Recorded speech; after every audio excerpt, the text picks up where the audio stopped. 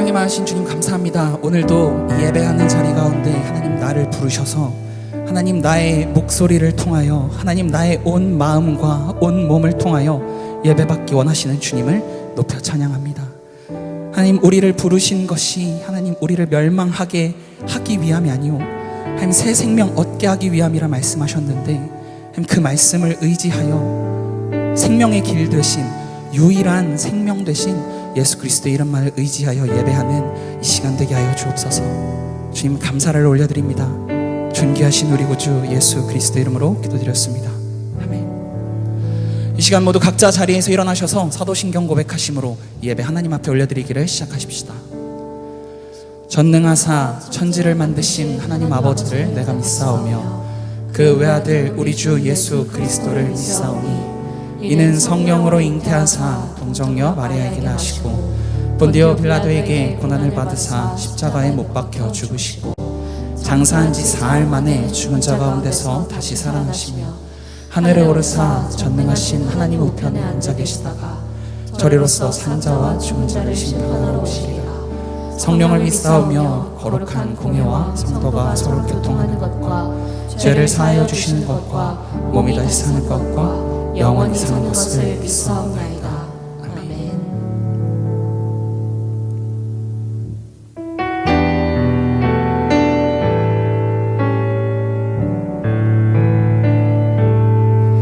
주님 계신 곳에 나가리 찬양 드리며 그 성소에 들어가 주의 얼굴 배우리. 그 얼굴을 배울 때 주님의 은혜 넘치네. 엎드려 고백하네. 주께 주님 계신 곳에 주님 계신 곳에 나가리 찬양 드리며 그 성소에 들어가 주의 얼굴 배우리.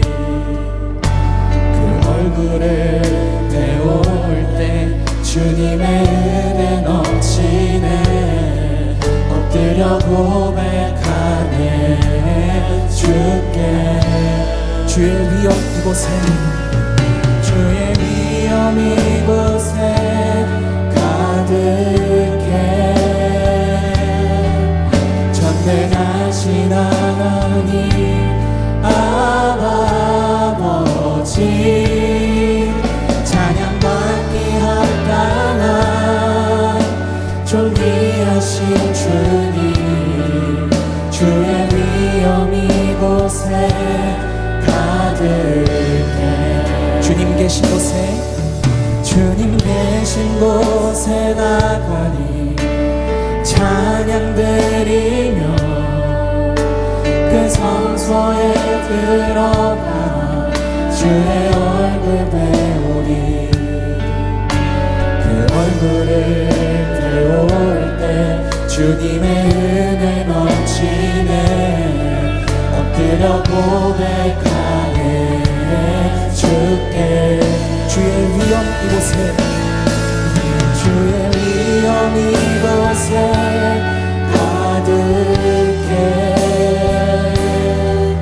전능하신 하나님 아버지 찬양받기 합당한 존귀하신 주님 주의 위엄 이곳에 가득해.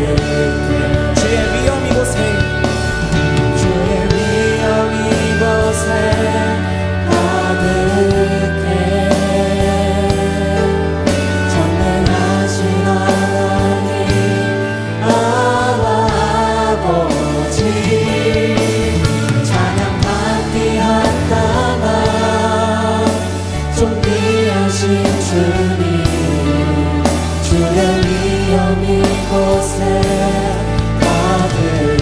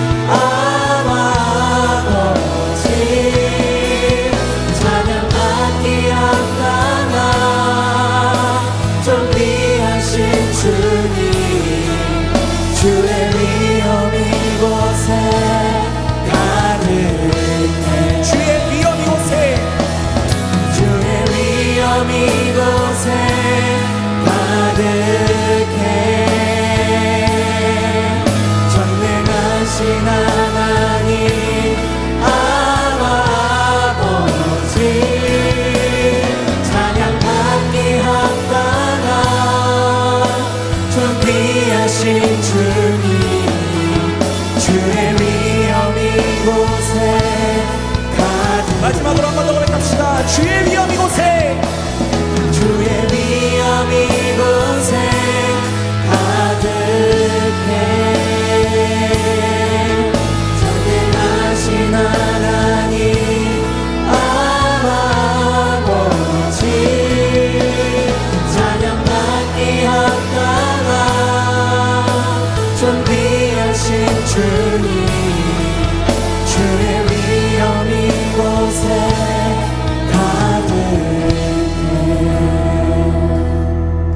찬양받기 합당한 존귀하신 주님 주의 위엄 이곳에 가득해.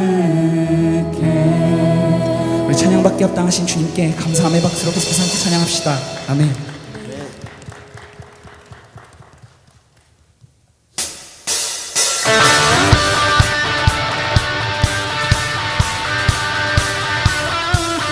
오늘 우리를 부르시는 하나님 아버지의 신실하신 찬양을 사랑을 함께 찬양하길 소원합니다. 아멘.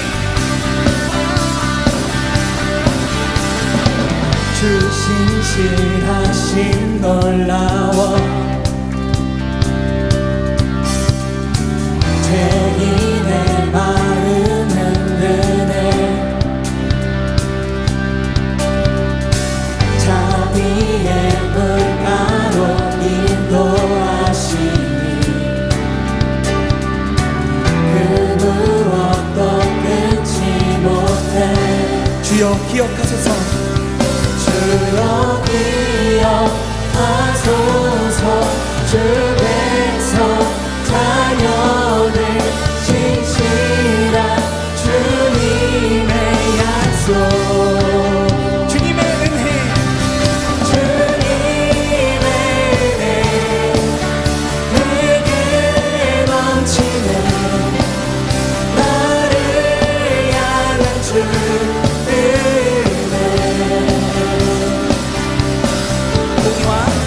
공의와 사랑 놀라워 약한 자 되어 쓰시네. 아멘.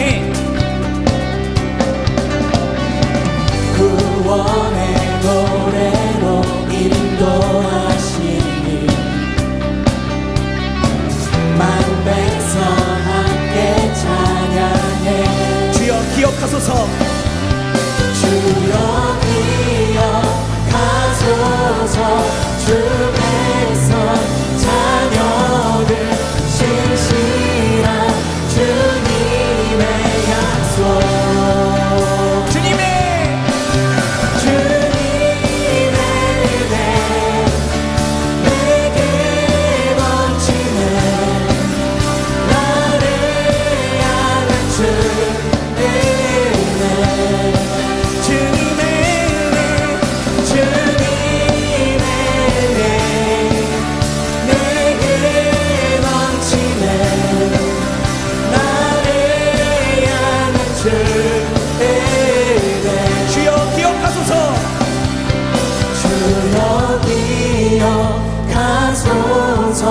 주 백성 자녀들 신실한 주님의 약속 주여 기억하소서.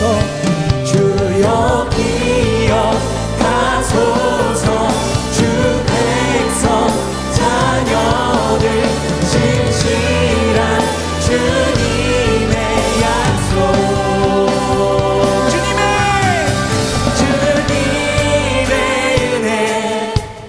내게 넘치네 나를 향한 주 은혜. 아멘. 주님의 은혜 내게 넘치네 나를 향한 주 은혜. 주님의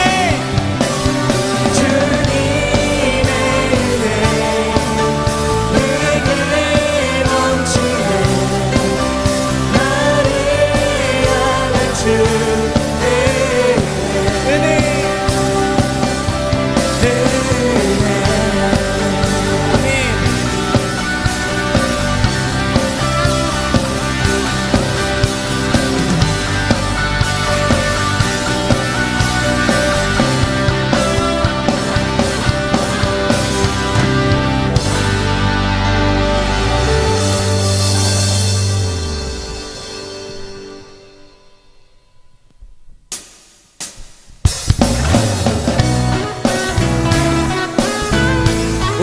계속해서 우리의 마음을 넘치도록 채우시고도 남는 그 사랑 가운데 그 사랑을 높여 함께 찬양합시다. 아멘.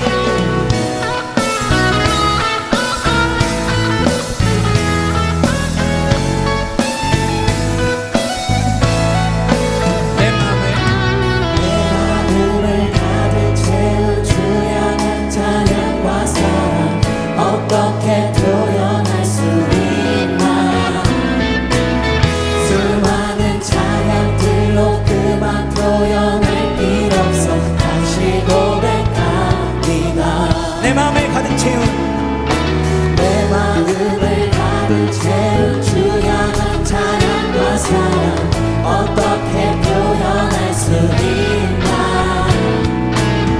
수많은 찬양들로 그만 표현할 길 없어 다시 고백합니다 주 사랑해요. 주 사랑해요 온맘 다하여 말로 다 할 수 없어 오주 사랑해요 찬양 받아주소서 수많은 멜로디와 수많은 멜로디와 찬양들을 드렸지만 다시 고백하길 원하네 아멘. 주님은 나의 사랑 삶의 중심 되시오니 주를 찬양합니다 주 사랑해요. 주 사랑해요 온맘 다하여 말로 다 할 수 없어 주 사랑해요 찬양 받아주소서 주 사랑해요. 주 사랑해요 온맘 다하여 말로 다 할 수 없어 주 사랑해요 찬양 받아주소서 아멘.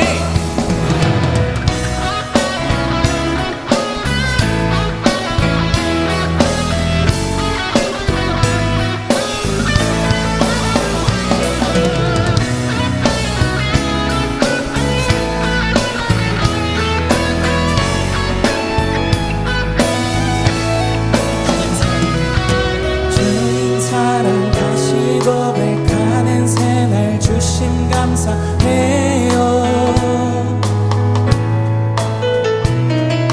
주님 사랑 다시 고백하는 찬양 주심 감사해요 한 번 더 고백합시다. 주님 사랑. 주님 사랑 다시 고백하는 새날 주심 감사해요 한 번 더. 주님 사랑. 주님 사랑 다시 고백하는 찬양 주심 감사해요 주 사랑해요. 주 사랑해요 온맘 다하여 말로 다 할 수 없어 주 사랑해요 찬양 받아주소서 주 사랑해요. 주 사랑해요 온맘 다하여 말로 다 할 수 없어 주 사랑해요 찬양 받아주 마지막으로 한 번 더 고백합시다. 주 사랑해요. 주 사랑해요 온맘 다하여 말로 다 할 수 없어 주 사랑해요 찬양 받아주소서 찬양 받아주소서. 찬양 받아주소서 찬양 받아주소서 주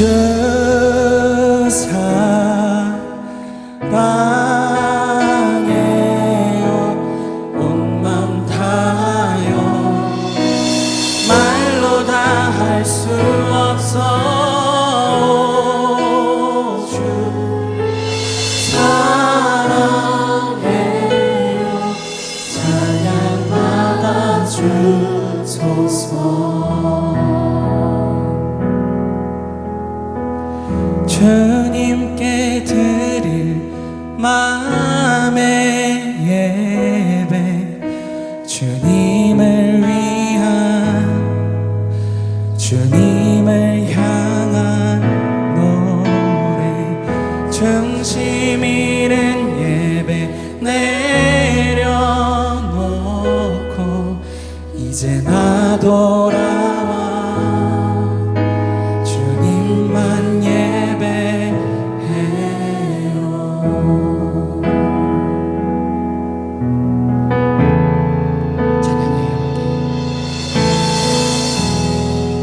찬양의 열기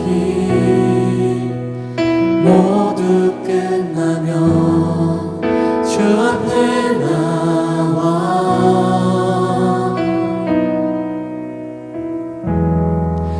더욱 진실한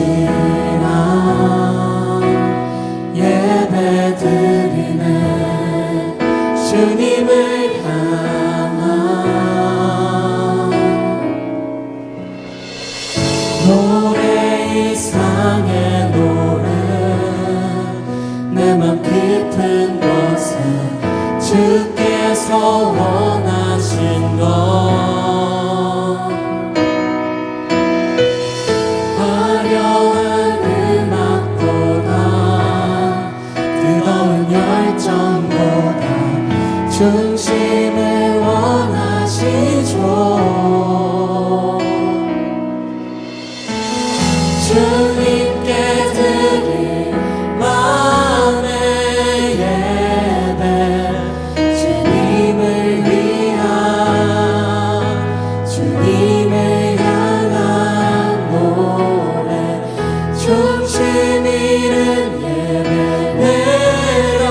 내려놓고 이제 나 돌아와 주님만 예배해요.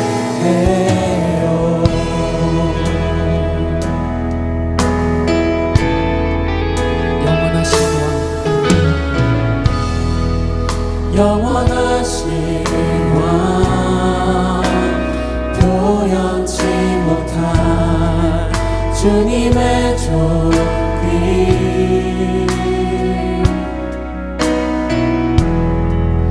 가난할 때도 연약할 때도 주의 모든 것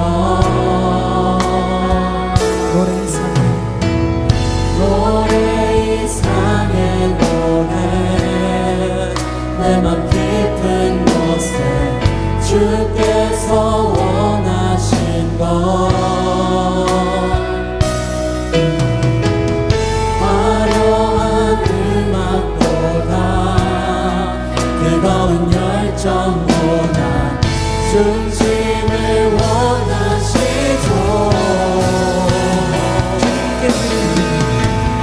주님께 드릴 마음의 예배 주님을 위한 주님을 향한 노래 중심 있는 예배 내려놓고 이제 나 돌아와 주님만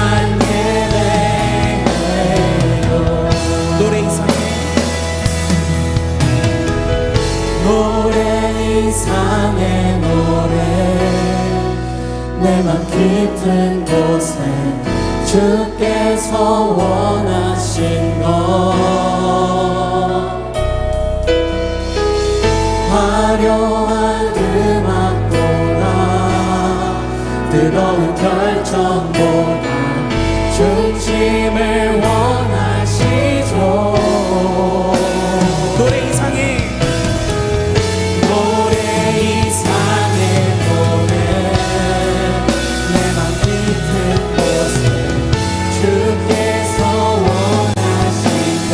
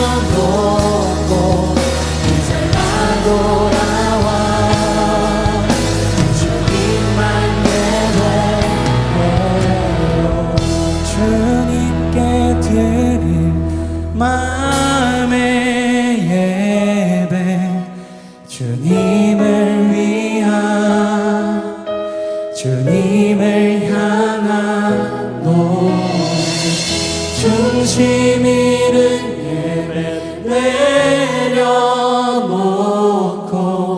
이제 나 돌아와 주님만 예배해요. 우리 시간 받을 말씀을 기대하며 함께 기도했으면 좋겠습니다. 우리가 고백했던 찬양의 가사들을 기억하며 함께 기도합시다. 주님, 이 시간 주님 계신 곳에 나아갑니다. 예수 그리스도의 이름만을 의지하여 하나님 아버지 계신 그곳으로 나아갑니다. 주님, 주님께로 나아갈수록 하나님이 우리 가운데 신실하게 베푸신 그 사랑이 얼마나 큰지, 하나님 그 사랑 앞에서 주님 그저 주님 그 은혜에 감사할 뿐인 나를 봅니다. 주님, 오늘도 이 시간 그 넘치는 사랑으로 나를 채우사 하나님, 오늘도 하나님이 어떤 분이신지 더 깊이 더 넓게 알기를 원하오니 주님, 오늘 이 시간 이 자리를 통하여 하나님 내게 말씀하여 주옵소서. 주의 종이 듣기를 원하오니 주여 친히 말씀하여 주옵소서라고. 주님, 이 시간 하나님 우리의 어떠한 크고 화려한 고백이 아니라 하나님 우리의 상하고 가라앉은 마음의 중심을 들여 하나님 앞에 나아가기를 소원하오니 주님, 이 시간 함께하여 주옵소서, 말씀하여 주옵소서라고 우리 시간을 위하여 같이 기도했으면 좋겠습니다. 기도하시겠습니다. 오 하나님 아버지, 이 시간 주님께 우리의 마음을 전하는 하나님, 이 시간 완전한 주의 사랑을 놓고 찬양하며 나아가기를 소원하오니 하나님, 이 시간 주님 이 자리 가운데 갈급한 마음, 상한 심령으로 나아오는 모든 이들 가운데 하나님의 사랑을 넘치도록 부어주사 내가 알고 있는 하나님 그것보다 더 크신 주님을 만나는 이 시간 될 수 있도록 주여 역사하여 주옵소서. 주장하여 주시옵소서.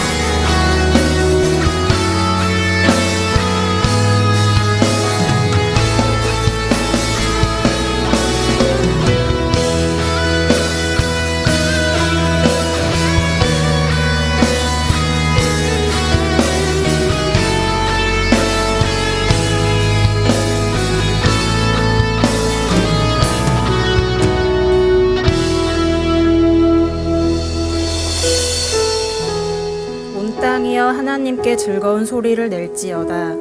그의 이름의 영광을 찬양하고 영화롭게 찬송할지어다. 아멘. 찬양받기 합당하신 하나님 아버지, 아버지 이름을 높여드리기 원합니다.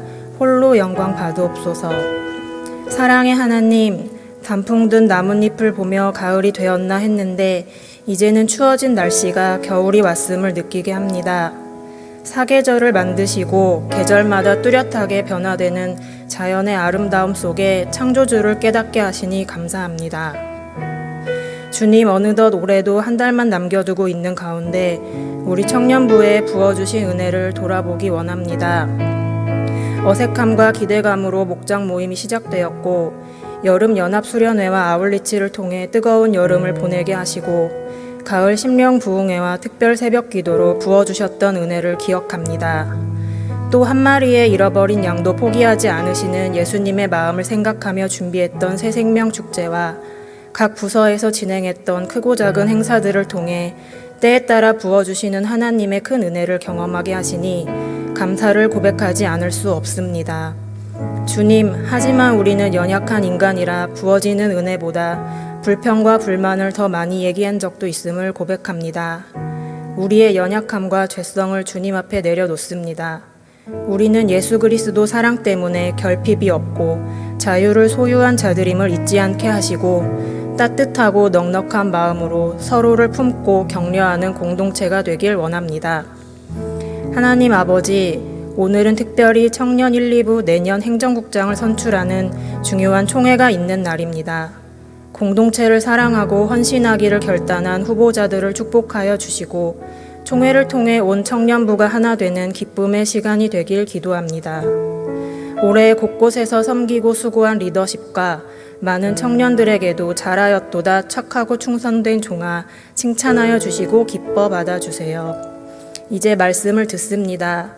단위에 세우신 주의 종 임영광 목사님께 성령 충만함으로 더하여 주시고 오직 하나님만 드러나는 시간이 되게 하여 주옵소서. 예배를 위해 준비하는 예배국 여러 손길과 찬양팀, 또 보이지 않는 곳에서 헌신하는 청년들을 기억하시고 축복하여 주세요. 이 모든 말씀 살아계신 예수님의 이름으로 기도합니다. 아멘. 11월 26일 예배 광고 시작합니다. 오늘 예배 중에는 예수 그리스도의 살과 피를 나누는 성찬식이 있습니다. 오늘 예배 후에 내년도 청년 1, 2부 공동체의 행정국장을 선출하는 총회가 진행됩니다. 꼭 참석하여 공동체의 소중한 일원이 되어주세요. 아울리치 설명회 안내입니다. 각 부서 총회 후 오후 6시 30분부터 7시에 성산홀에서 제주 겨울 아울리치 설명회가 진행됩니다. 많은 참석 바랍니다. 이번 주일은 선교 헌금을 내는 날입니다. 기도하며 작성하셨던 마음으로 선교 사역에 동참해 주세요. 선교 사역을 작성하지 않으신 분도 선교 헌금 테이블에서 작성 및 봉헌이 가능합니다. 12월 24일 주일 청년 예배를 함께할 청년 1부 찬양팀을 모집합니다. 찬양팀 연습은 12월 17일과 23일에 있습니다. 목소리와 악기로 예배를 섬길 지체들의 많은 신청 바랍니다. 신청은 첨부된 QR코드로 접속하여 신청서를 작성해주세요. 2024년 겨울 제주 아울리치 모집 안내입니다. 2024년 1월 8일 월요일부터 13일 토요일까지 5박 6일간 동산 위의 교회와 양촌교회에서 진행됩니다. 각 지역별로 9명씩 총 18명을 모집합니다. 마을 잔치 및 마을 전도, 교회 공사, 어린이, 어른 사역 등의 사역이 있으며 회비는 40만 원입니다. 신청은 첨부된 QR코드로 접속하여 신청서를 작성해주세요. 2023학년도 2학기 성교학교 3주차 안내입니다.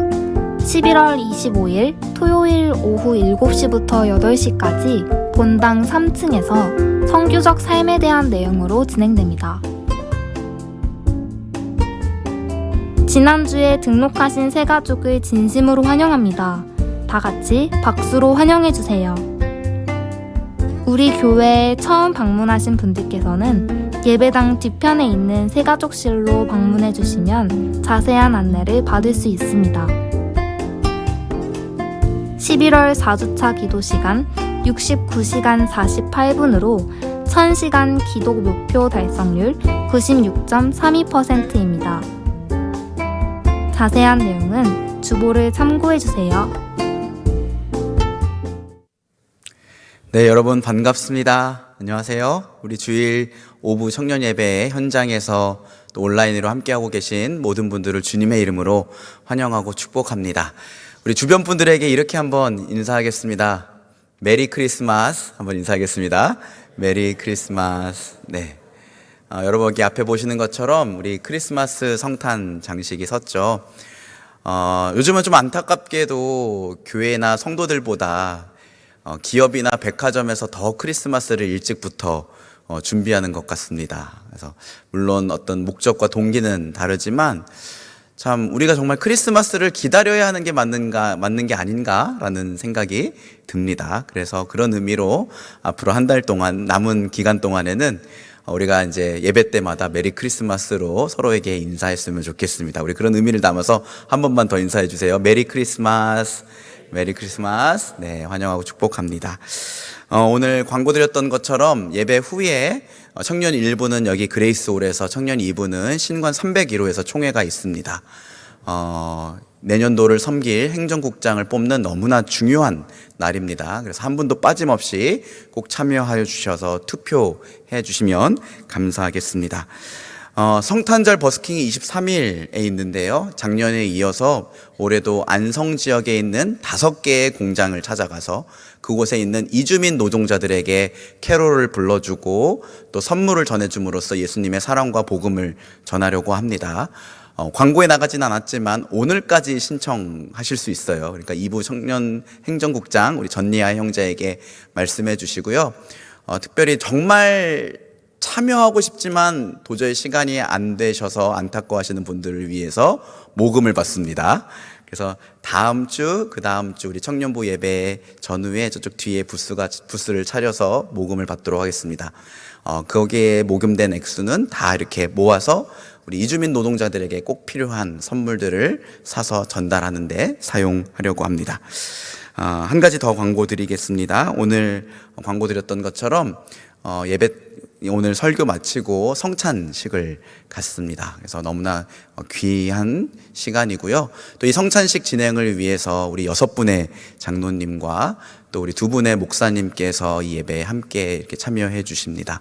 오전 일찍부터 나오셔서 또 교회를 섬기시기 때문에 이 오후 늦은 시간까지 함께 하시는 게 쉽지 않은데 다음 세대를 사랑하는 마음으로 이 자리에 오셨습니다. 우리 청년부를 대표해서 감사 인사를 드립니다. 자, 우리 오늘 하나님께서 우리에게 주신 말씀을 함께 나누도록 하겠습니다. 누가복음 7장 36절에서 47절까지의 말씀입니다. 누가복음 7장 36절에서 47절까지의 말씀. 신약성경 누가복음 7장 36절에서 47절까지의 말씀. 저 한 절, 여러분 한 절 교독하고 마지막 절은 함께 읽겠습니다. 한 바리새인이 예수께 자기와 함께 잡수시기를 청하니 이에 바리새인의 집에 들어가 앉으셨을 때에 그 동네에 죄를 지은 한 여자가 있어 예수께서 바리새인의 집에 앉아 계심을 알고 향유 담은 옥합을 가지고 와서 예수의 뒤로 그 발 곁에 서서 울며 눈물로 그 발을 적시고 자기 머리털로 닦고 그 발에 입 맞추고 향유를 부으니 예수를 청한 바리새인이 그것을 보고 마음에 이르되 이 사람이 만일 선지자라면 자기를 만지는 이 여자가 누구며 어떠한 자 곧 죄인인 줄을 알았으리라 하거늘 예수께서 대답하여 이르시되 시몬아 내가 내게 이를 말이 있다 하시니 그가 이르되 선생님 말씀하소서. 이르시되 빚주는 사람에게 빚진 자가 둘이 있어 하나는 500데나리온을 졌고 하나는 50데나리온을 졌는데 갚을 것이 없으므로 둘 다 탕감하여 주었으니 둘 중에 누가 그를 더 사랑하겠느냐? 시몬이 대답하여 이르되 내 생각에는 많이 탕감을 받은 자니이다. 이르시되 내 판단이 옳다 하시고 그 여자를 돌아보시며 시몬에게 이르시되 이 여자를 보느냐? 내가 내 집에 들어올 때 너는 내게 발 씻을 물도 주지 아니하였으되 이 여자는 눈물로 내 발을 적시고 그 머리털로 닦았으며 너는 내게 입 맞추지도 아니하였으되 그는 내가 들어올 때부터 내 발에 입 맞추기를 그치지 아니하였으며 너는 내 머리에 감람유로 붓지 아니하였으되 그는 향유를 내 발에 부었느니라. 이러므로 내가 내게 말하노니 그의 많은 죄가 사하여졌도다. 이는 그의 사랑함이 많음이라. 사함을 받은 일이 적은 자는 적게 사랑하느니라. 아멘. 매너리즘에 빠진다라는 표현이 있습니다. 매너리즘이란 항상 틀에 박힌 방식과 태도로 신선미와 독창성을 잃어버린 상태를 뜻합니다. 그런데 여러분, 이 매너리즘이 본래는 전혀 다른 의미로 사용됐었다는 것을 아십니까?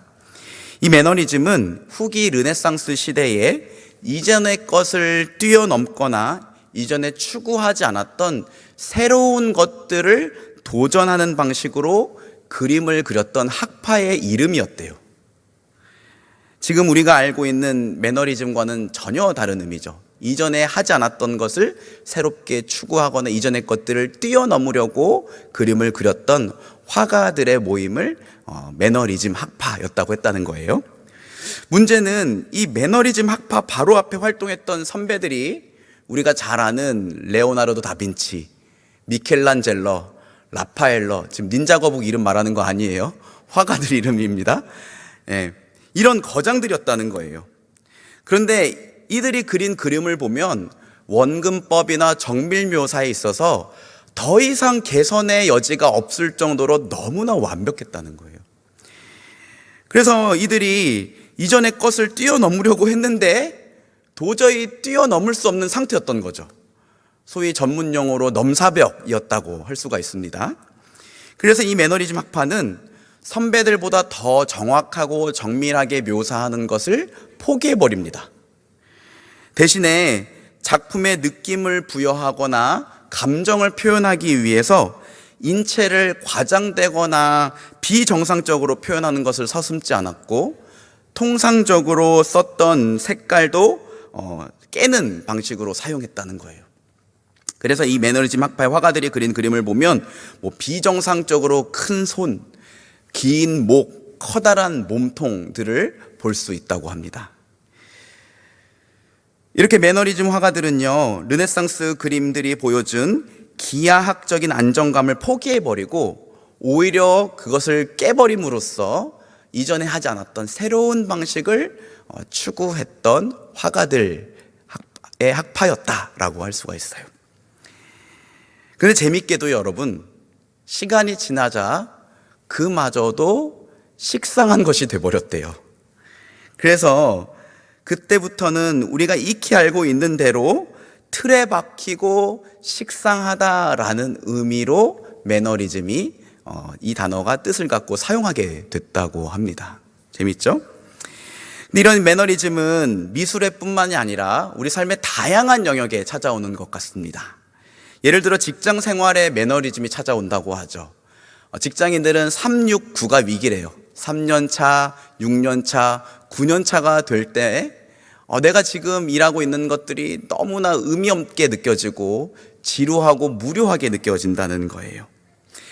직장 처음 들어왔을 때 감사했던 마음은 사라지고 직장에서 일어나는 모든 일들에 대해서 불만만 쌓여갑니다. 어떤 기능을 처리하는 데는 아무런 문제가 없어요. 그런데 마음에 불이 생기질 않아요. 이런 매너리즘이 직장인들에게 찾아와요. 내가 지금 여기서 계속 일하는 게 맞는 것인가? 라는 고민을 하게 만든다는 거죠. 매너리즘은 대인관계에 찾아올 수도 있어요. 처음에는 그냥 만나고 관계 맺는 것이 너무나 즐거웠는데 그 다음부터 그냥 형식적으로 늘 똑같은 관계가 지속 반복되는, 예를 들어 소위 권태기라는 것도 일종의 매너리즘의 한 종류이지 않을까라는 생각도 해보게 됩니다. 여러분, 심지어 매너리즘은요, 다이어트에도 찾아올 수 있습니다. 제가 다이어트를 좀 하려고 정말 큰 맘 먹고 큰 돈을 써서 헬스 1년권을 끊었습니다. 그래서 첫 달에는 진짜 열심히 운동을 했어요. 막 다리가 후들거릴 정도로 운동을 했습니다.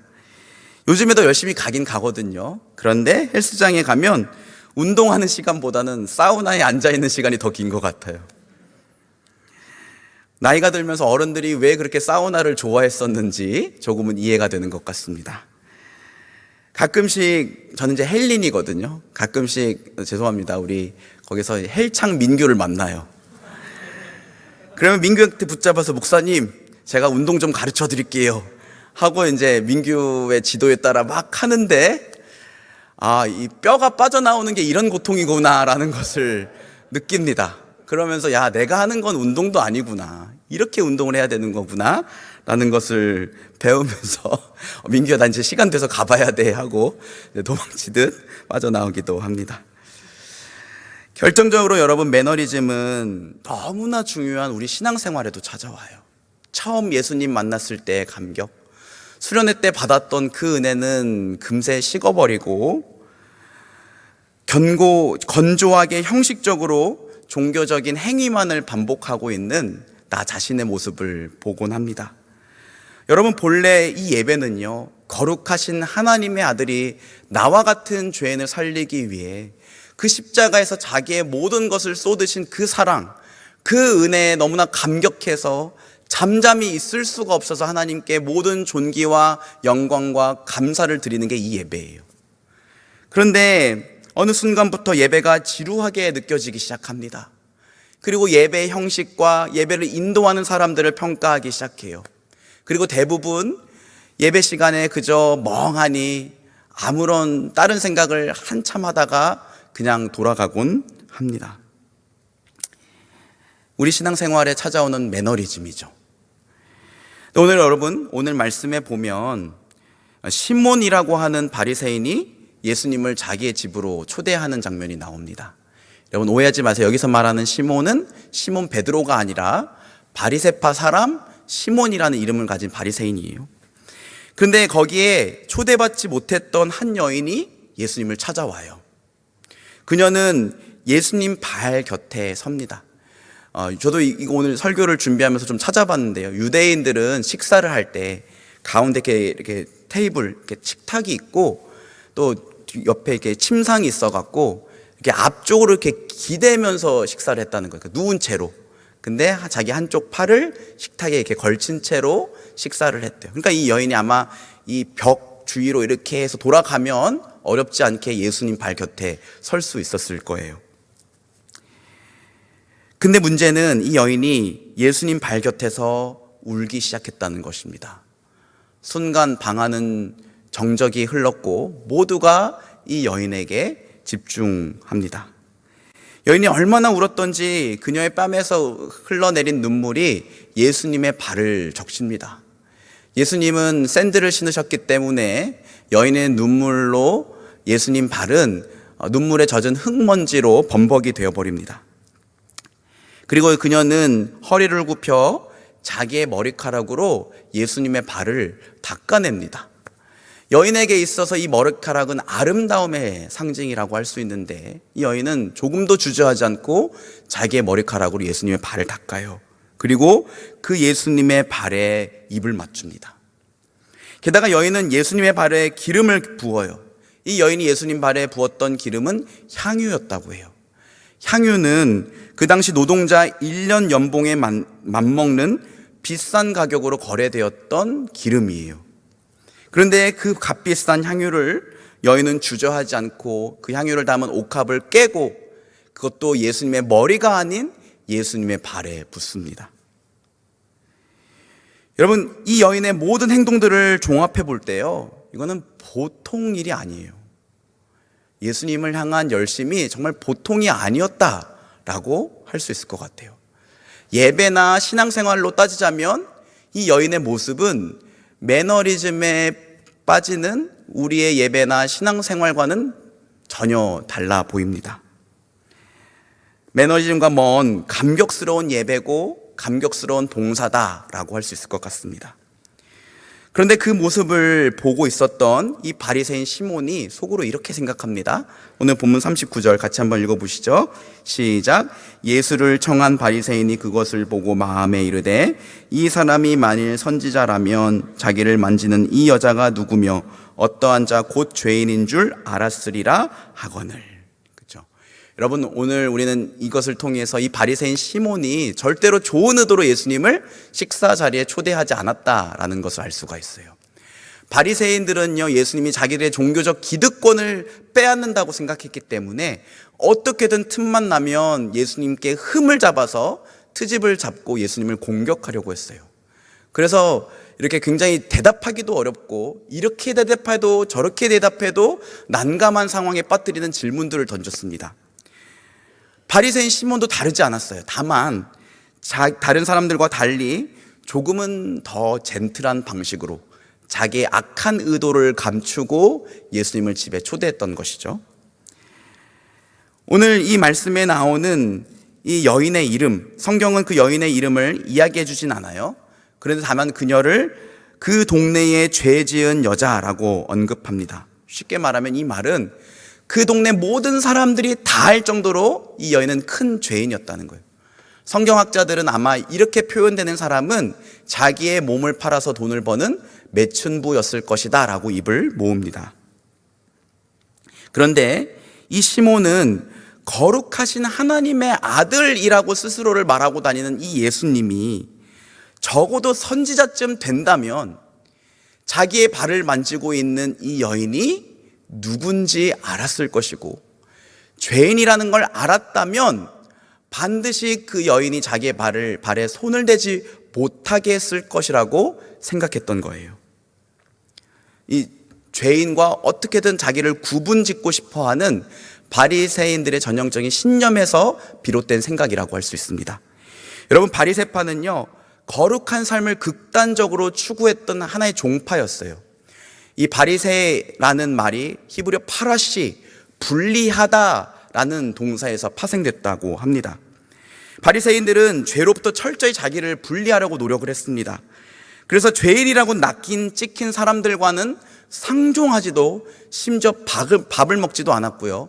그리고 그들과 접촉하는 것을 극도로 꺼려했어요. 왜냐하면 죄가 자기에게 전염된다고 생각했기 때문이에요.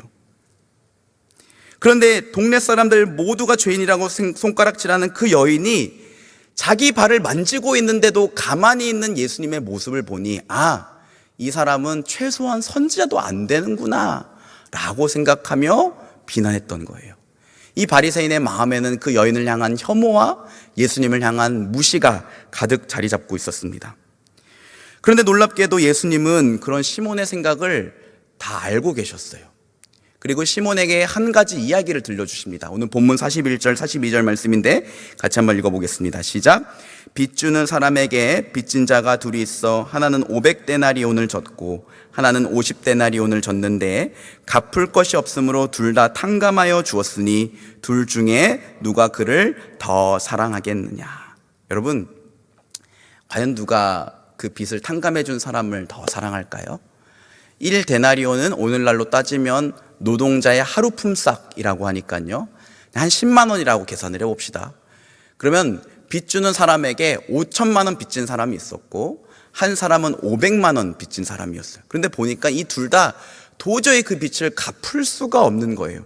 그래서 웬일인지 이 빚 주는 사람, 채권자가 웬일인지 둘 모두에게 그냥 빚을 갚지 않아도 된다고 그들의 빚을 탕감해 줬어요. 여러분, 제가 거래하고 있는 은행이 어느 날 이명광님 그 채무를 더 이상 상환하지 않으셔도 됩니다라고 문자가 오면 저 진짜 하나님 찬양하고 그 은행을 너무너무나 사랑할 것 같아요. 여러분 생각해 보세요. 그렇게 5천만 원 빚진 사람과 500만 원 빚진 사람의 빚을 이 채권자가 탕감해 줬다고 생각해 봅시다. 누가 그를 더 사랑했을까요? 당연히 상식적으로 말하면 5천만 원 빚을 탕감받은 사람이겠죠. 어린아이도 쉽게 맞힐 수 있는 이 상식적인 질문은요, 예수님께서 일부러 바리새인 시몬과 이 여인의 차이를 설명하기 위해 비유로 드신 이야기입니다. 여러분, 성경에서 죄를 용서받는다는 것은 종종 빚을 탕감받았다라는 표현으로 사용돼요. 그래서 여러분, 우리가 주기도문에서 오늘 우리에게 죄 지은 자를 용서해 준 것 같이 우리의 죄를 사하여 주옵시고 라고 할 때 이 원어를 보면, 이 원어대로 직역을 하면 우리에게 빚진 자를 탕감해 준 것 같이 우리의 죄를 탕감하여 주옵시고라고 번역할 수 있어요. 예수님께서 이 바리새인에게 이 여인과 바리새인의 차이를 선명하게 설명하기 위해 굉장히 쉬운 예를 드신 거죠. 여러분, 예수님은요 이 여인과 바리새인을 각각 500데나리온 빚진 자 그리고 50데나리온 빚진 자에 비유하신 것입니다. 여인을 500데나리온 빚진 자 그리고 바리새인을 50데나리온 빚진 자. 왜 그럴까요? 여인은 마을 사람 모두가 죄인이라고 손가락질하고 있었기 때문에 500데나리온 빚진 자라고 할 수 있고, 바리새인은 사람들의 존경을 받으며 거룩한 삶을 추구하고 있었기 때문에 50데나리온 빚진 자 정도라고 생각할 수 있을 것 같아요. 맞나요, 여러분? 정말로 그렇습니까? 여러분들도 동의하십니까? 여인은 몸을 판 매춘부였으니까, 바리새인은 어떻게든 하나님의 말씀을 읽고 암송하고 추구하며 그대로 살려고 노력한 사람이었으니까, 많은 사람들의 존경을 이미 받고 있었으니까, 여인은 500데나리온 빚진 자 그리고 바리새인은 50데나리온 빚진 자 맞습니까? 여러분, 사실은 이 바리새인도 여인도 거룩한 하나님 앞에 서면 똑같이 셀 수 없을 정도로 많은 빚을 진 자들이에요. 50데나리온, 500데나리온 정도가 아니라 5만 데나리온, 50만 데나리온만큼 빚진 자들입니다. 단지 겉으로 드러난 일 때문에 이 여인은 자기를 하나님 앞에 많은 빚을 진 자라고 생각했었고, 바리새인은 자기가 의롭게 산다고 생각했었기 때문에 자기는 하나님 앞에 빚을 지지 않았다라고 생각했던 거예요. 그러니까 여러분, 이 부분부터 중요합니다. 결국 예수님이 말씀하신 이 500데나리온과 50데나리온은요 두 사람 사이의 죄의 무게가 아니에요. 500데나리온과 50데나리온은 각 사람이 자기가 지은 하나님 앞에 지은 죄에 대한 인식을 나타내는 숫자였던 거죠. 그러니까 쉽게 말하면 여인은 이미 많은 사람들이 손가락질하고 있었으니까 자기 자신을 죄인이라고 생각해서 하나님 앞에 큰 죄인이라고 생각해서 500데나리온 빚진 자라고 생각하고 있었고, 바리새인은 자기가 의롭게 살고 있었으니까 별로 빚지지 않은 자, 그냥 50데나리온 아니 그 정도도 빚지지 않은 자라고 생각했다는 거예요. 그러니까 여러분, 500데나리온과 50데나리온은 죄의 무게가 아니라 하나님 앞에서 나의 죄를 얼마나 깊이 자각하고 있느냐를 뜻하는 말이에요. 이해되십니까? 여러분, 우리 모두는 거룩하신 하나님 앞에 설 수 없는 죄인들입니다. 아담 이후에 모든 사람은요, 죄로 인해 타락했어요. 하나님 앞에 자기의 의로움을 주장할 수 있는 사람은 아무도 없습니다. 인간은 절대로 스스로를 구원할 수 없는 죄인들이에요. 우리는 그저 다 놀라운 하나님의 은혜로 구원받는 것입니다. 아멘입니까? 여러분, 로마서 말씀에 이런 말씀 있잖아요. 죄가 더한 곳에 은혜가 더욱 넘쳤나니. 저와 여러분의 죄가 너무나 큰데 우리 주 예수 그리스도 그 십자가의 은혜가 그 죄를 다 덮고도 남을 정도 더 큰 거예요. 우리는 그래서 전적으로 하나님의 은혜로 구원을 받은 죄인들입니다. 아마도 이 자리에 이 진리를 부인할 사람은 아무도 없을 거예요. 맞죠? 그죠? 우린 다 은혜로 구원받았다고 생각합니다. 그런데 사실은 우리는 다 스스로를 의롭다고 생각을 해요. 어느 정도. 그래도 나는 괜찮은 사람이라고, 적어도 그렇게까지는 최악은 아니라고, 자기한테 의의가 있다고 생각을 해요. 자기의 의. 무엇을 보면 알 수 있습니까? 다른 사람들을 대하는 우리의 태도를 보면 알 수 있어요. 오늘 바리새인을 보시기 바랍니다. 이 사람이 만일 선지자라면 자기를 만지는 이 여자가 누구며 어떠한 자 곧 죄인인 줄을 알았으리라. 여러분, 시몬이 이 여인을 향해서 죄인이다, 죄인이 감히 이 자리에 들어오고 어떻게 자기를 만지게 하는가 라고 생각할 수 있었던 것은 자기가 이 여인보다 훨씬 의롭다고 생각했기 때문이에요. 여러분, 우리는 사실 다, 죄송합니다, 솔직히 말하면 다 바리새인들이에요. 내 나름의 선을 긋습니다. 내 나름의 기준을 만들어요.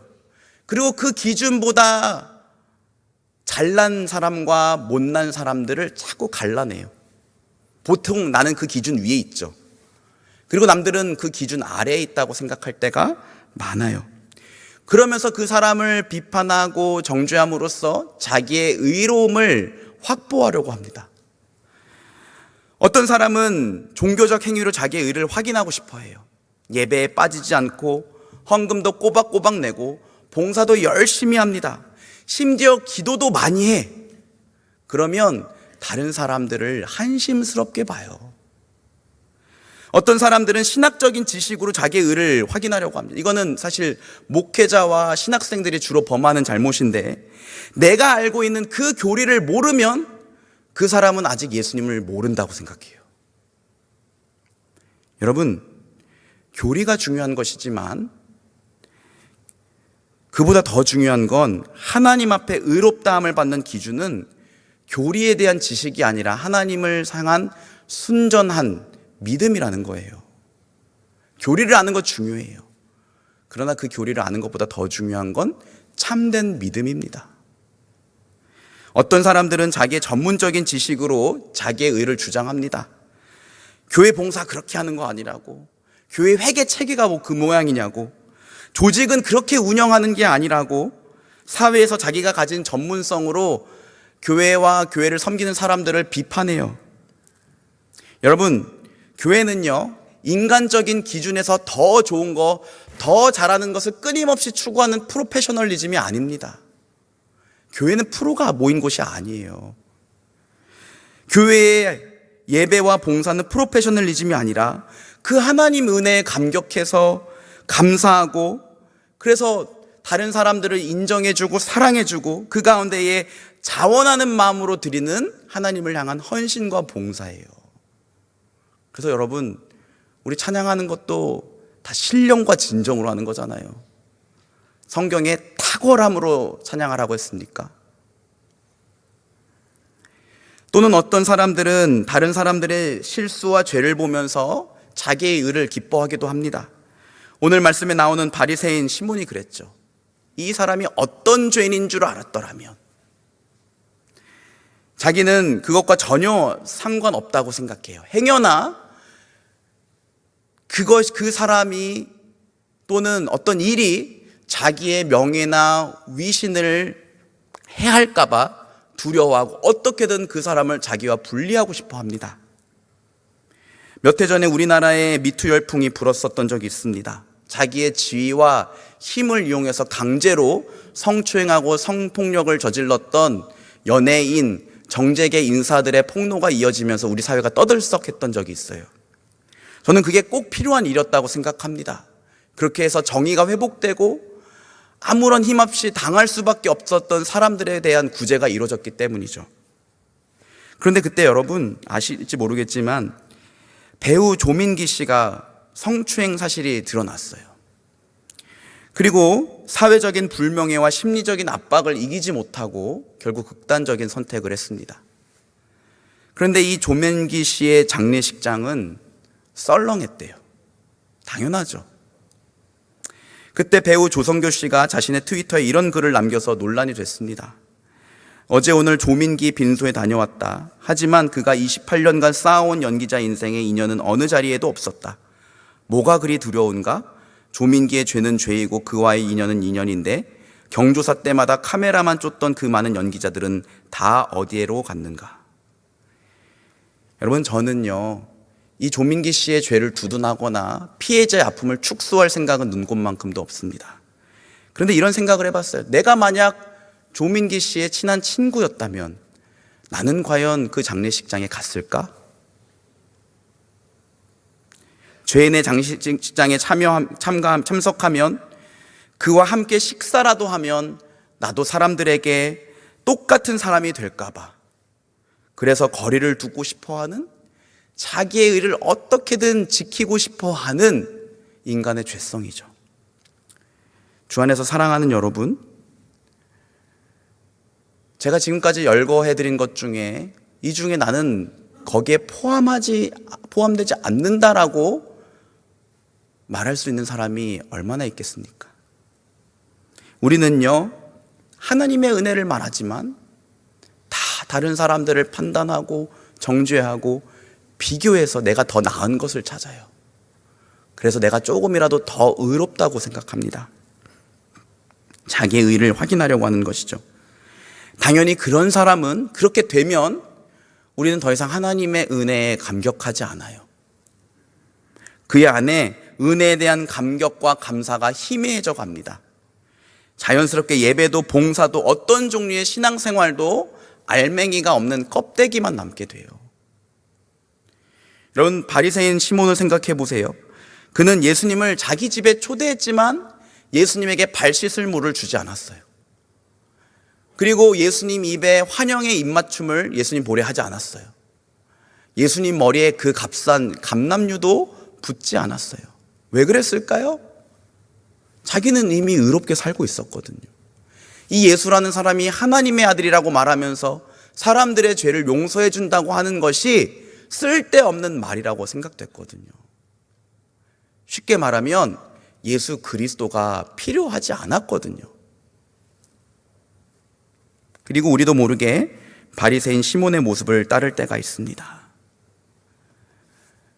여러분, 우리는요, 우리를 사랑하셔서 우리를 구원하시기 위해 하나뿐인 자기의 아들을 우리 가운데 내어주신 그 하나님의 영광이, 하나님의 기준이, 하나님의 거룩하심이 얼마나 크고 높은지를 알아야 돼요. 반대로 내가 그 하나님 앞에 얼마나 참혹한 비참한 죄인이라는 사실이라는 것을 깨달아야 됩니다. 하나님 앞에 그 하나님의 영광이 그 기준이 얼마나 높은지, 반대로 내가 하나님 앞에 얼마나 큰 죄인인지, 이 간극을 우리가 깨달을 수 있어야 돼요. 복음학교에서 이것을 복음도식이라고 하는데요, 여러분, 이 간극을 예수 그리스도의 십자가로 주님이 메워주신 거잖아요. 그게 하나님의 은혜입니다. 그 하나님의 거룩하심, 죄로 인한 자기의 비참함을 깊이 깨닫는 사람, 그 간극이 얼마나 큰지를 아는 사람, 그런 사람만이 자기 자신이 50데나리온 빚진 자가 아니라 50,000데나리온 빚진 자고, 그래서 그 예수님의 은혜에 감격하고 감사하고 기뻐하고, 그래서 그 예수님을 사랑하고 주님 앞에 뜨거운 열정의 예배를 드릴 수 있는 것입니다. 그런데 여러분, 우리는 이 사실을 자꾸만 잊어버려요. 하나님이 얼마나 영광스러운 분이신지, 내가 얼마나 악한 죄인인지를 잊어버려요. 우리는 자기의 눈이 먼 존재이기 때문에 시간이 지나면 자꾸만 그래도 난 괜찮지, 이 정도면 다른 사람은 훨씬 더한데 자꾸 잊어버립니다. 그래서 필요한 게 여러분, 성령의 은혜입니다.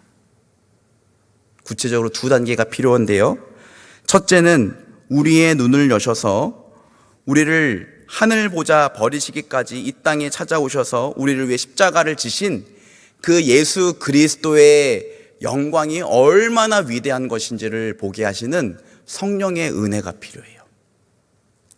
그런 면에서 성령의 도우심을 간구하며 날마다 우리 주님의 영광을 묵상하실 수 있어야 됩니다. 일제강점기 때 주기철 목사님은 옥중에서 모진 고문을 받으면서 예수 그리스도에 대한 믿음을 버릴 것을 강요받았어요. 그럴 때마다 주기철 목사님은 예수 그리스도의 영광과 그분이 하신 일을 묵상했다고 합니다. 그리고 그 영광스러운 분께 자기의 모든 것을 드리기로 다짐했대요. 목사님의 기도문인데 제가 읽어드릴게요. 들어보세요. 당신이 지극히 높으시고 지극히 영화로우신 하늘 보좌에서 천군과 천사와 하늘의 모든 영물과 천천만 성도에게 경배와 찬송을 받으시는 만유의 주제시거든 주님께서는 낮고 천한 사람이 되어 이 썩을 세상에 오셨습니다. 사람이 다 싫어서 버리는 세리와 창녀의 친구가 되셨고 어린아이의 동무가 되셨고 거린들과 문둥이의 벗이 되셨나이다. 오, 당신이 이같이 낮아지신 것을 생각할 때 나는 어떻게 하오리이까? 당신이 제자의 발을 씻기셨으니 나는 문둥이의 발을 핥게 하여 주옵소서. 당신이 세리의 집에 들어가셨으니 나는 모든 사람의 발 앞에 짓밟히는 먼지와 티끌이 되게 하여 주옵소서. 여러분, 주기철 목사님은 끊임없이 그 예수 그리스도의 영광을 생각했어요. 그리고 그 영광을 버리시고 이 땅에 낮아지셔서 우리를 위해 자기 자신을 내어주신 예수님의 사랑을 찬양했습니다.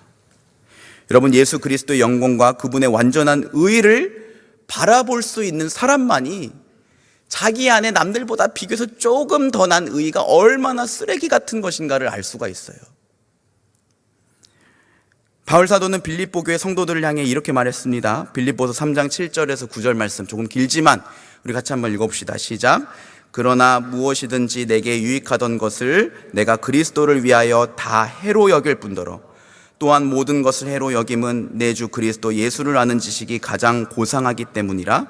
내가 그를 위하여 모든 것을 잃어버리고 배설물로 여김은 그리스도를 얻고 그 안에서 발견되려 함이니 내가 가진 의는 율법에서 난 것이 아니요 오직 그리스도를 믿음으로 말미암은 것이니 곧 믿음으로 하나님께로부터 난 의라. 아멘. 여러분, 바울이 사실 얼마나 잘난 사람입니까? 우리로 따지면 바울은 서울대 나온 사람 정도 될 거고요. 또 집안도 금수저에 많은 업적을 쌓았던 사람입니다. 거룩하다고 많은 사람들에게 칭찬받고 있었어요. 그런데 그가 말하기를 자기가 예수 그리스도를 얻는 데 있어서 자기의 자랑거리들이 방해가 된다면 나는 이것들을 다 해로 여길 뿐더러 배설물처럼 버려버리겠대요. 왜냐하면 예수 그리스도를 아는 지식이 가장 고상하기 때문에.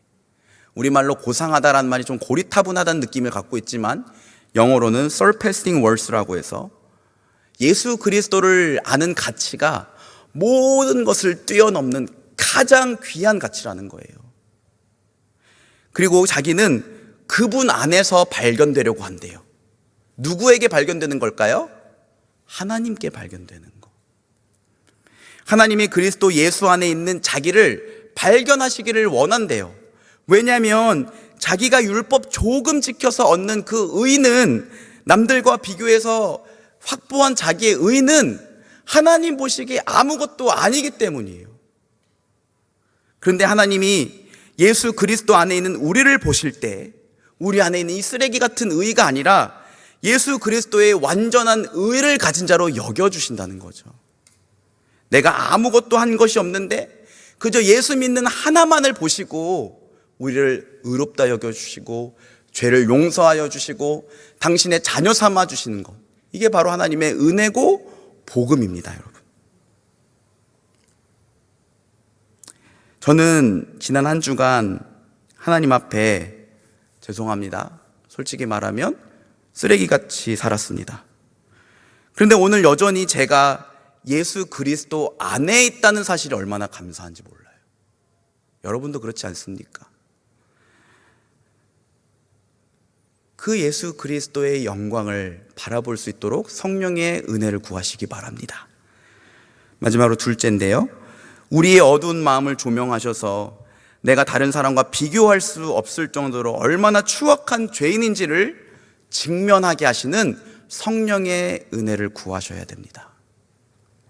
조금 부끄러운 제 이야기를 하나 들려드리고 설교를 맺으려고 합니다. 저는 사실 저희 어머니 쪽 어른들을 별로 좋아하지 않았어요. 모였다 하면 편가르고 다투는 이모들이 정말 한심스럽다고 생각했습니다. 그래서 이모들이 저희 집에 오는 게 싫었어요. 그냥 마지못해서 그냥 대충 인사하는 것으로 최소한의 예의를 지켰습니다. 그런데 제가 대학생 때 하루는 셋째 이모가 저희 집에 찾아오셨는데 어쩌다 보니까 제가 그만 흥분해서 화를 주체하지 못하고 이모에게 막 화를 냈어요.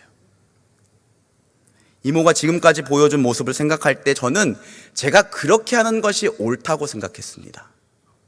심지어 이모가 보는 앞에서 바닥에 선풍기를 집어 던졌어요. 여러분, 제가 이렇게 못된 사람이에요. 그런데 며칠 지났을 때 성령께서 저의 모습을 직면하게 하셨습니다. 여전히 이모가 문제라고는 생각하고 있었지만 밖에서 그렇게 온유한 척 친절하게 사람을 대하는 제가 집에서는 물건을 집어 던지는 포악하고 가식적인 죄인이라는 것을 자꾸 생각나게 하셨어요. 그리고 아무리 생각해도 조카로서 무례하게 행동했다는 생각을 끊임없이 제 마음에 심어주셨어요. 그래서 다음번에 이모가 저희 집에 찾아오셨을 때 정말 어렵게 입을 떼서 이모, 죄송해요, 용서해 주세요 라고 말했습니다. 근데 그때 이모가 하시는 말씀이, 괜찮아 영광아, 내가 뭘 용서해, 다 똑같은 죄인인데 내가 미안해 라고 대답하셨어요. 그리고 시간이 많이 흘러서 올해 저희 어머니가 쓰러지셔서 사경을 헤매고 계실 때 그 이모가 매일같이 찾아오셔서 저희 어머니를 안아주시고 손을 꼭 잡아주시고 기도해 주시고 그 곁을 지켜주셨어요. 이모가 얼마나 감사하고 과거에 감히 제가 이모를 판단하고 정죄했던 제 모습이 얼마나 부끄럽든지요. 어제 저희 이모의 하나뿐인 딸의 결혼식이 있었습니다. 결혼식이 인천 송도 국제도시에서 있었어요. 여러분, 토요일은 제가 제일 바쁘고 부담스러운 날이잖아요. 근데 왕복 4시간, 결혼식까지 보면 5시간 걸리는 일정이에요. 그런데 그래도 내가 그 이모 결혼식에 안 가면 사람이 아니다라는 생각을 가지고 억지로 갔어요. 결혼식 마치고 이모에게 찾아가서 인사했습니다. 이모가 제 손을 꼭 잡아주고 고맙다고 인사해 줬어요. 주 안에서 사랑하는 여러분, 남들보다 의롭다고 생각하는 나의 의가 사실은 얼마나 부질없는 것인지, 얼마나 쓰레기 같은 것인지를 저는 그 오랜 시간을 걸쳐서 배웠어요. 여러분, 자기의 의를 주장하지 맙시다. 우린 다 5만 달란트 아니 그 이상 탕감받은 죄인들이에요. 성령님의 은혜를 구하시기 바랍니다. 내 어두운 마음을 조명하셔서 내 추악한 죄를 보게 하시고 내가 얼마나 악한 죄인인지 깨닫게 하시는 성령님의 은혜가 저와 여러분에게 매일 필요합니다. 그리고 나를 사랑하사 자기의 모든 것을 아낌없이 십자가에 내어주신 예수 그리스도, 그분의 죽음이 당연한 게 아니라 매일같이 들어서 식상한 게 아니라 정말 그래서는 안 되는데 그 거룩하신 만왕의 왕, 영광의 주께서 나를 위해 죽으셨구나. 그분의 영광을 우리 눈을 열어 볼 수 있도록 성령님께 은혜를 구하시기 바랍니다. 바라기는 오늘 바울의 고백과 같이 자기의 의를 배설물과 같이 여기고 오직 그리스도를 얻기를, 예수 그리스도 안에서 발견되기를 소원하는 우리 모두가 되기를 주님의 이름으로 축복합니다. 우리 이 시간 성찬 예식을 진행하겠습니다. 우리 성찬위원분께서는 자리해 주시기 바랍니다. 성찬식은 우리 주 예수 그리스도께서 십자가에 죽으시기 전날 밤 제자들과의 마지막 식사에서 떡과 포도주를 나눠주셨던 마지막 식사를 기념하는 예식입니다. 주님은 사랑하시는 제자들에게 떡과 포도주를 나눠주시면서 이것은 너희를 위한 나의 몸이고 피라고 하셨습니다.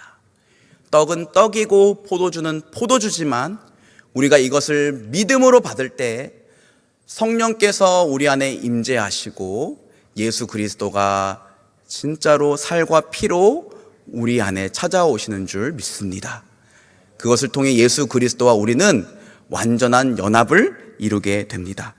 또한 이 떡과 포도주를 보며 십자가 위에서 우리 죄를 대신하여 자기 살을 찢기시고 피를 흘리신 예수 그리스도의 십자가를 믿음의 눈으로 바라보시기 바랍니다. 우리 그 믿음으로 성찬에 참여합시다. 잠시 기도하겠습니다. 예수께서 이르시되 나는 생명의 떡이니 내게 오는 자는 결코 줄이지 아니할 터이요 나를 믿는 자는 영원히 목마르지 아니하리라. 사랑하는 주님, 이 시간 우리를 위하여 찢기신 당신의 몸을 우리가 믿음으로 받습니다. 당신의 몸을 먹을 때 우리 안에 당신의 생명과 은혜를 공급하여 주시고 당신과 친밀하게 연합함으로 영원히 줄이지 않는 참된 만족과 기쁨을 누리게 하여 주시옵소서. 예수 그리스도의 이름으로 기도합니다. 아멘. 우리 함께 찬양하며 떡을 나누겠습니다.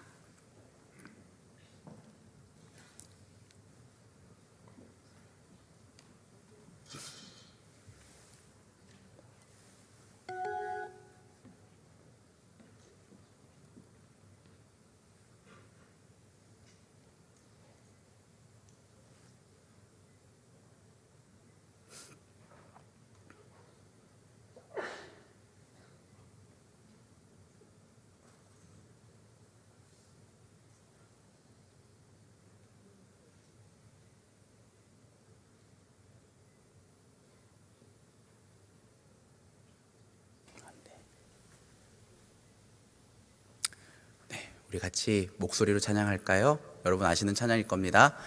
엎드려 경배해 십자가 발 앞에 날 향한 그 자비,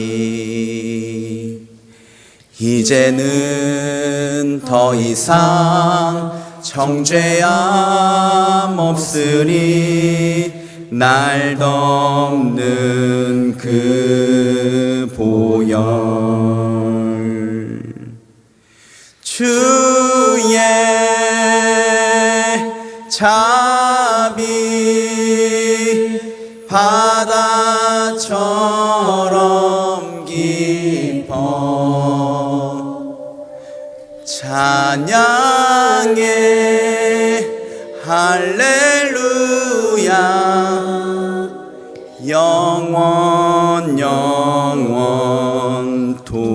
2절 찬양할까요? 떡과 잔 들고서 우리 다 기억해 주님의 사랑을,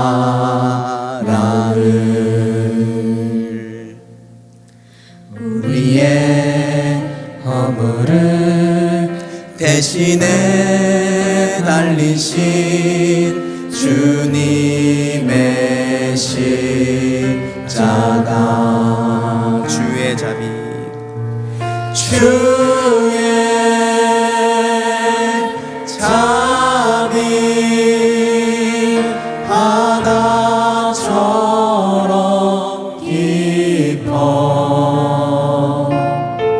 찬양해 할렐루야 영원 주의 자비 바다처럼 깊어 주의 자비 바다처럼 깊어 찬양해 할렐루야 영원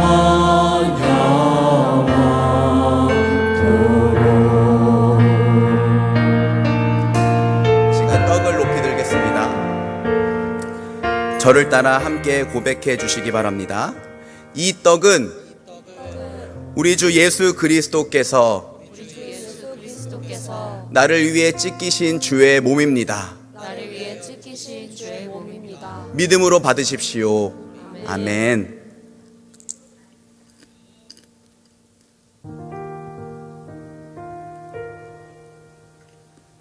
(19회) 또한 그와 같이 잔을 가지시고 이르시되 이 잔은 내 피로 세운 새 언약이니 이것을 행하여 마실 때마다 나를 기념하라 하셨으니 너희가 이 떡을 먹으며 이 잔을 마실 때마다 주의 죽으심을 그가 오실 때까지 전하는 것이니라. 함께 기도하겠습니다. 저녁 먹은 후에 잔도 그와 같이 하여 이르시되 이 잔은 내 피로 세우는 새 언약이니 곧 너희를 위하여 붓는 것이라. 사랑하는 주님, 이 시간 우리를 위하여 십자가에 흘리신 당신의 피를 우리가 믿음으로 받습니다. 당신의 피로 우리 죄를 씻으시고 하나님과 화목하게 하심으로 인하여 감사합니다. 우리 안에 구원의 감격을 회복시켜 주시고 그 구원의 은혜를 감사하며 찬양하며 기뻐하는 우리 모두가 되게 하여 주시옵소서. 예수 그리스도의 이름으로 기도합니다. 아멘. 잔을 나누겠습니다.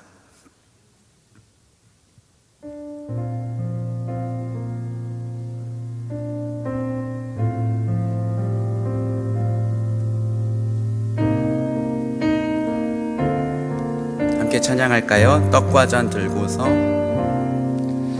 떡과 잔 들고서 우리 다 기억해 주님의 사랑을 우리의 허물을 대신에 달리신 주님의 십자가 주의 자비 바다처럼 깊어 찬양해 할렐루야 영원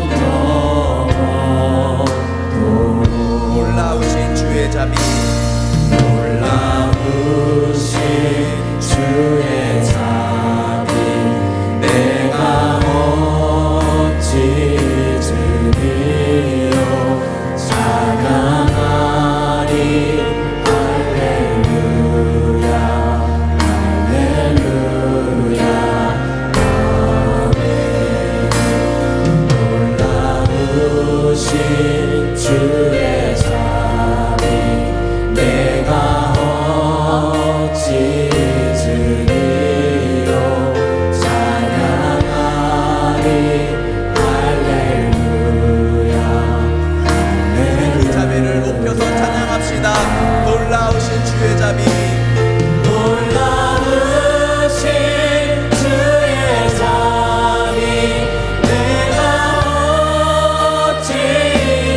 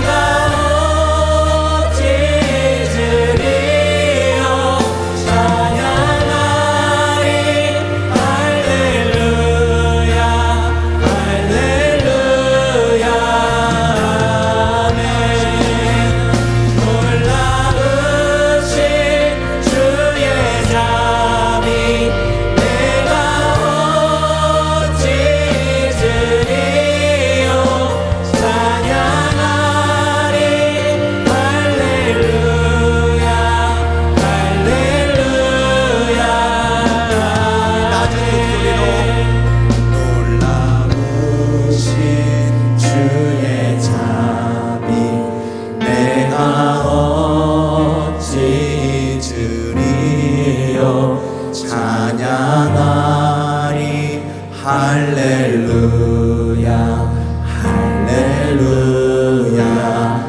우리 한 번 더 고백할까요? 놀라우신 주의 자비 내가 어찌 주리요 찬양하리 할렐루야 할렐루야 아멘. 잔을 높이 들겠습니다. 이 잔은 우리 주 예수 그리스도께서 나를 위하여 흘리신 그의 피입니다. 믿음으로 받으십시오. 아멘.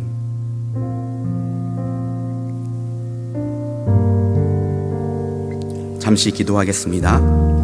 사랑하는 주님, 죄와 허물로 자기의 정욕에 원하는 대로 행하여 죽은 우리를 예수 그리스도 안에서 구원하여 주신 은혜에 감사합니다. 나와 같은 죄인을 위하여 아낌없이 남김없이 후회 없이 자기의 모든 것을 쏟아주신 우리 주 예수 그리스도의 이름과 영광을 높여 찬양합니다. 아무런 공로 없는 죄인을 예수 안에서 발견하시고 우리를 받아주신 그 은혜가 아니면 우리는 결코 설 수 없음을 다시 한번 확인하며 인정하게 하시니 감사드립니다. 남들과 나를 비교해서 한낱 쓰레기와 같은 자기의 의를 의지하지 않을 수 있도록 성령님 우리 눈을 여셔서 주님의 거룩한 영광과 거룩하심을 보게 하시고 우리 어두운 마음을 조명하여 주셔서 내가 주님 앞에 얼마나 참혹하고 비참한 죄인인지를 깨닫게 하여 주시옵소서. 오직 예수 그리스도 안에서 발견되기를, 예수 그리스도를 얻기를 간절히 소망하고 그 예수 그리스도 뜨겁게 사랑하는 우리 모두가 되게 하여 주시옵소서. 감사와 찬송을 주께 올렸고 사랑이 많으신 우리 주 예수 그리스도의 이름으로 기도합니다. 아멘. 이 시간 다 같이 자리에 일어나셔서 준비한 예물을 드리겠습니다.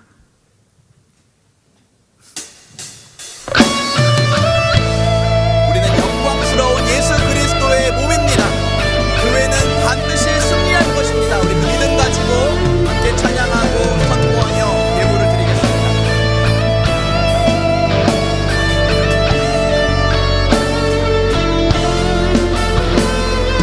교회여 일어나라 주께서 부르시니 두려움과 실패 내려놓고 교회여 일어나라 교회여 일어나라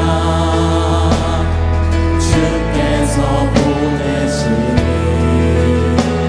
우릴 부르신 삶의 자리에서 교회여 일어나라 우린 세상의 빛 하나님의 편지 주의 꿈을 통해 세상이 주를 보리라 일어나라 아버지 사랑으로 아버지 능력으로 서로 하나 되어 그 빛을 비추라 노래하라 아버지의 사랑을 아버지의 뜻임을 이 삶의 노래로 주님을 나타내라